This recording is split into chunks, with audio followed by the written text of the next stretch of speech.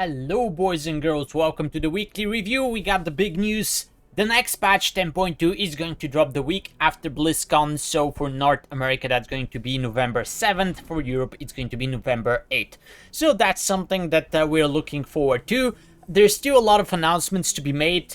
We don't know what the affixes are going to be for the dungeons in Season 3 in M+, for example. But I assume that for the few weeks that we have left, we'll get more information as it comes. As for me, I didn't play much this weekend. I actually didn't play much the whole week because of the affixes. I'm not a fan of Incorporeal, as you probably know, so I didn't run any keys on my Paladin, Shaman, or Monk as a little sign of protest. I just played on my Evoker. And to give you some stats, because my Evoker runs some keys in the range of 16-19, I run about 14 keys, we timed 8, and we bricked 6, and all the bricks, all the keys that we failed, were failed because of Incorporeal.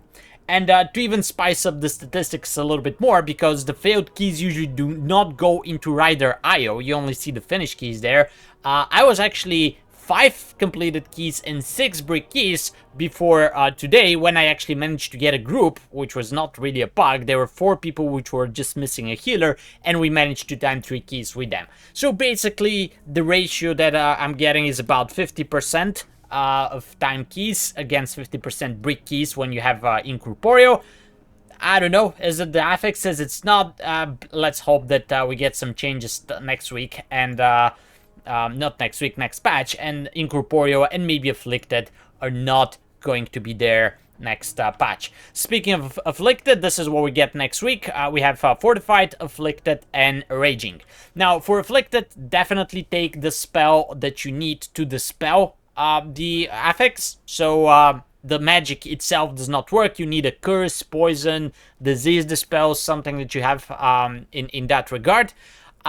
So definitely you want to dispel them instead of healing them, and usually your dispel cooldown is quick enough so that when they spawn you can very quickly dispel the first one, and by the time your cooldown comes back you can dispel the second before the cast goes off.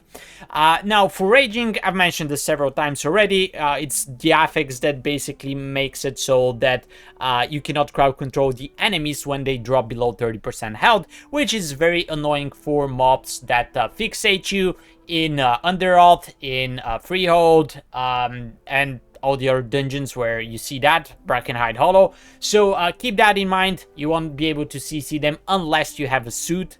If you suit them first, then you can CC them, and then of course pay attention to your tank during trash pulls because they'll be in imminent danger. As I said, I didn't run any keys on my main characters, but I opened the vote on my Preservation Evoker, which is 436. I don't play it that much, but it might be something for next patch, and I'm already happy with what I'm seeing because as you can see, I have pretty crappy trinkets. So that's going to be a huge upgrade. Let's check the rest. Crit Verse, Neck, and we have a Cloak, which is with Avoidance.